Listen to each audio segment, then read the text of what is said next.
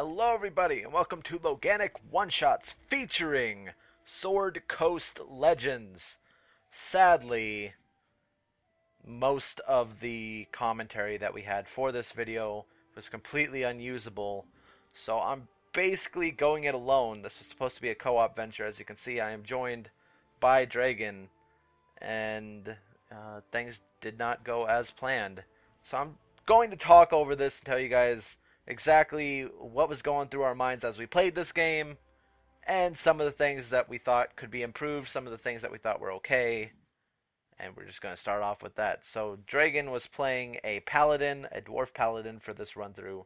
I was playing as a dwarf rogue, and those are our characters.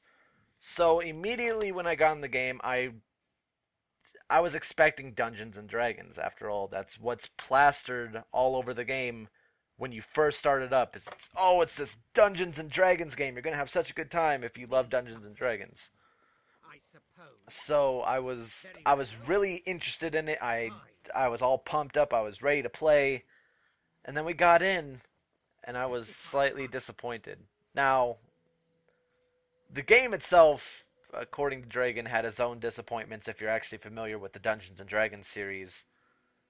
As for a new player going into Dungeons & Dragons, hearing about all these epic adventures that you can have with your friends, of course it is a game that has predetermined things. You can't exactly bring in the random elements that you can get in a normal Dungeons & Dragons game. In a Dungeons & Dragons game, you can do anything. If you say that you look around and you find this, and you can pick it up and you can do things with it, and you can roll dice to determine if that's something you can actually do. That's very hard to do in a game like this. So I can understand how they wouldn't go balls to the wall when it comes to that. However, I did expect a little bit more freedom, and this game felt more Diablo-esque in nature rather than an actual Dungeons & Dragons game. For the most part, combat is pretty straightforward. It's a lot of pointing, clicking. You click on the enemy, your character attacks. You can use skills during that time. You can use items in that time. You have scrolls that you can use that will cast certain spells. And that is perfectly acceptable. That's about what you can expect in any game of this kind of nature. You can expect to use items and things to your advantage. I just felt like the overall experience was slightly lacking. If you don't go into the game, if you don't go into Sword Coast Legends expecting a Dungeons and Dragons game, it just becomes your basic, cut and dry action adventure game. Or it could even be considered maybe an action RPG of sorts. There's not much to say about it, really. I was expecting a lot more. According to Dragon, in Dungeons & Dragons, you have these wide open expansive areas that you're allowed to explore to your heart's content. And in this, you're limited. You are so limited to these caves and catacombs that you can travel through. And there's not much openness. There's not something in the game that says, you're in this wide, expanding world that continues to grow with your imagination. And there is a dungeon master mode where you can actually go in and you can design a dungeon for people to run through, but at the end of the day it's all randomly generated. You have absolutely zero control over how the generation of the dungeon is built, what you'll find. You'll never be able to say you walk into this dungeon and you find a sword of mass intelligence or of unlimited wisdom that gives you a huge bonus. You'll never have that experience because these are simply things that you cannot just throw into the game. You're locked down into this basic world with basic rules that simply can't just be changed on a whim. The combat is okay. When we first ran through this, which I'm going to add at the end of the video, we had a bit of a snag what the video you're currently watching is me and Dragon running on easy mode. We originally tried normal, and we are both level 1, might I add. We made these characters today. As level 1 characters, we were not able to do normal at all. We were just getting absolutely decimated. We came across these giant creatures that I don't know the universe. I don't know if they're a constant thing. But we were just getting destroyed. And it was simply unplayable. We had to set it to easy, and we had to play an easier quest. Sadly, we didn't put a boss in there, so there's no boss in this video. It's basically just a dungeon clear. And I was expecting a little more. Just from a person who doesn't know Dungeons & Dragons, I was expecting more. Someone like Dragon, who does know Dungeons & Dragons, who actively plays Dungeons & Dragons with friends, said he was disappointed in just the lack of content. When you think of a Dungeons & Dragons game, you're expecting unlimited possibilities. And having those possibilities go from unlimited to very limited is something that he said drastically disappointed him. He was telling me that there are so many more races in the game compared to what is currently in there. Right now you have dwarfs, and you have halflings, you have humans, you have quite a few, but he said that there were also several that were missing, such as, I think he mentioned half-orcs, and there were a few other ones. And he said that one of his biggest fears for this game was that they were eventually going to make DLC for these other characters that you had to buy. Not knowing the Dungeons & Dragons universe, which drastically limits my ability to tell you about this game, as I am not an avid Dungeons & Dragons player. I cannot tell you what is missing. I cannot tell you what should be in here. I can say, however, DLC for games that usually have a load of content that is later added as DLC,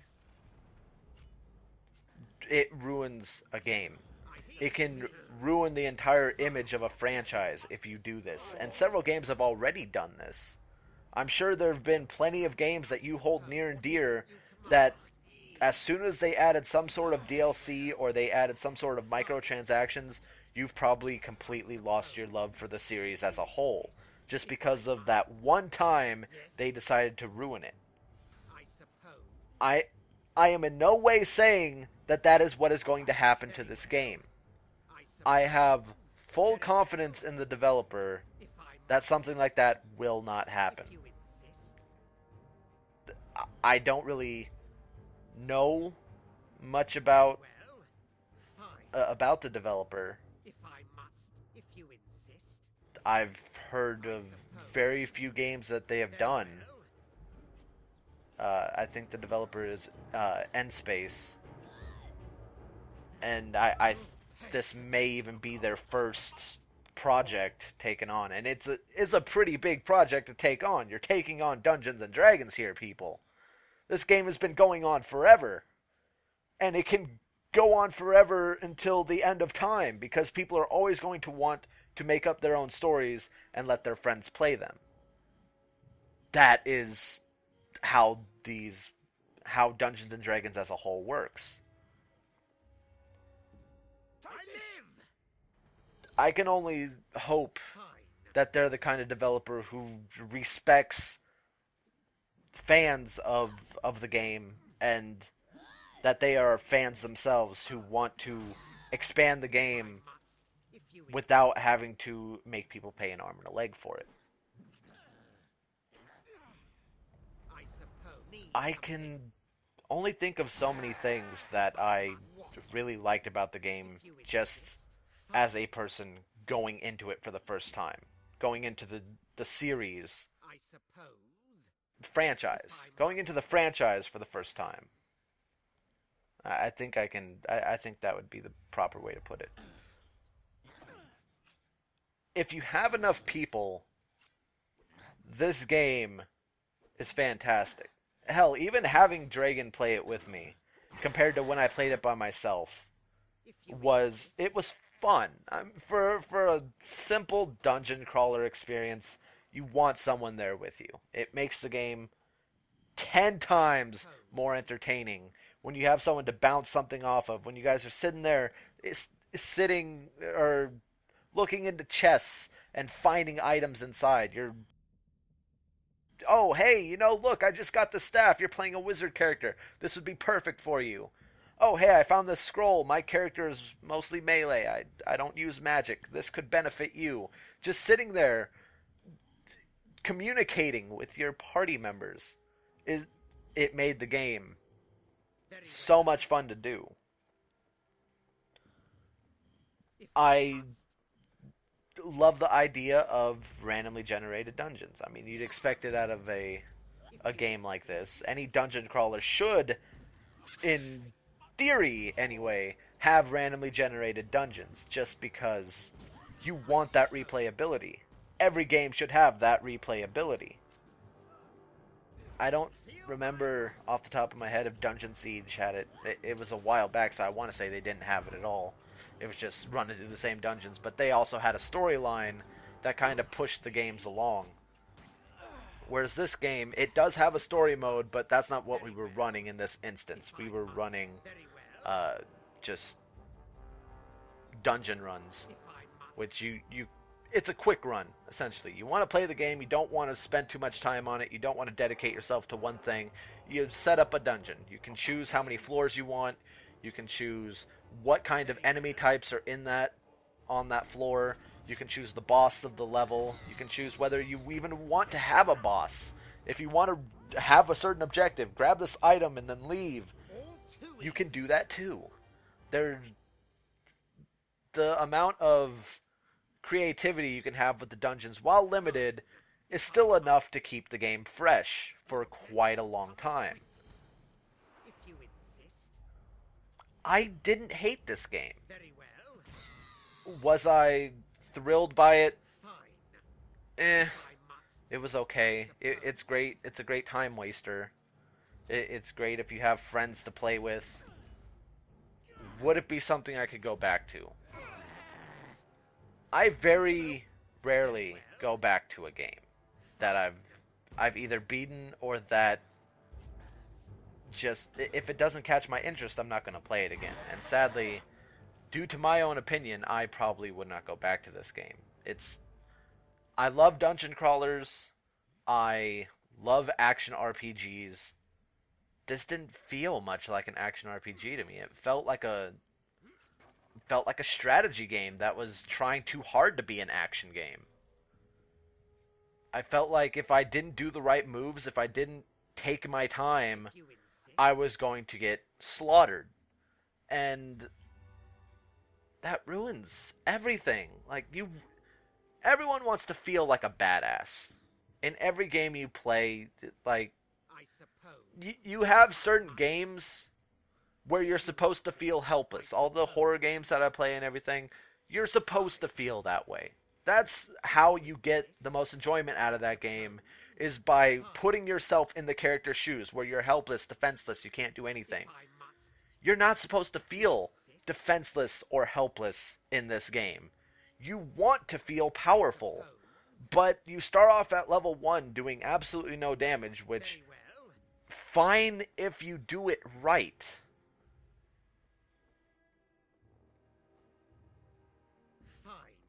You can still be able to run in and do things, and you shouldn't get punished horribly for it.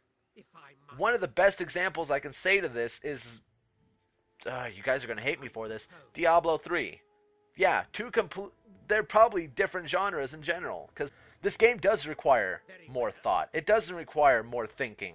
You're supposed to take your time and search everything, but you can make the player think about what they're going to do and still let them feel like they're stronger than they are. And a lot of games allow you to do that. So I don't see why this game shouldn't be any different. When you're playing an actual game of Dungeons and Dragons, you're all sitting around a table. It's very slow paced, but there can be a ton of action because you guys are controlling everything that happens. Everyone has to go through their turn in which they are doing separate things. You cannot put that kind of process into a game like this. It just cannot work.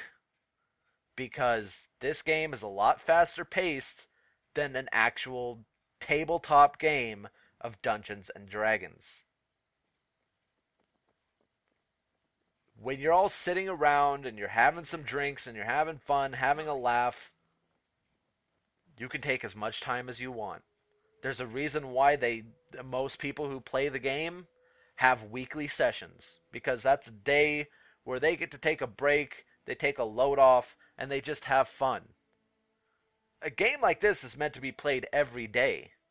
And if the game runs this, when I say runs, like, it runs very well. But I mean, as fast as the pacing, the game's pace is very slow. And when it moves that slow for a game that you're expecting to just feel badass in, this really doesn't cover it, guys. That's my opinion. You guys can take it with a grain of salt. But that is all I have for you. Thank you guys so much for joining me for this one shot. This is Loganic. See you guys later. Unfortunately. Very well. Come on, Picky Mom! You're alive! Oh my god. This is apparently Dungeons and Dragons. Yeah, Dying repeatedly to whatever the hell these things are. Hezros? Is that what that is? Well, here is Oh, not like that, I suppose, if I must. Damn If it. you insist. Run! If you insist. Alright, who's you? No, I'm being chased again. Damn it! Very well. Just keep running. Stay alive for a little. Oh god. You bring great evil into this house! Oh, I was safe for a second. Don't attack me. I can't move. I couldn't move. I was stuck in the room. Down again. Oh, so much is gonna be cut out of this video. Yeah, I hope so. This is gonna- really stupid. It's gonna be about a minute of us just running around. Even if I can't stop you, you insist. Oh, they knocked me prone. I don't like it. Alright, Oh, healer I'm kit. still alive somehow. Can I not use it on myself? I suppose. I think healers kits take time. If I Come on, must, just keep I running around. I suppose. almost got you. Fine. Alright, If I now must. stand still. I don't think you can stand still after Okay. you run. I Alright. suppose. There we go. Very Okay. well. They seem to be all on you. As soon as you run those guys far enough away from the skeletons, I can Something. take this guy out. Alright, If come you on. insist. You and me, Skelebro. I don't care about your shield. Attack! Attack him! Hit him! Hit him! Thank you! Trying to stop them from attacking you again. Alright. Alright, now this one. Oh no! Oh no, he turned around. Oh no!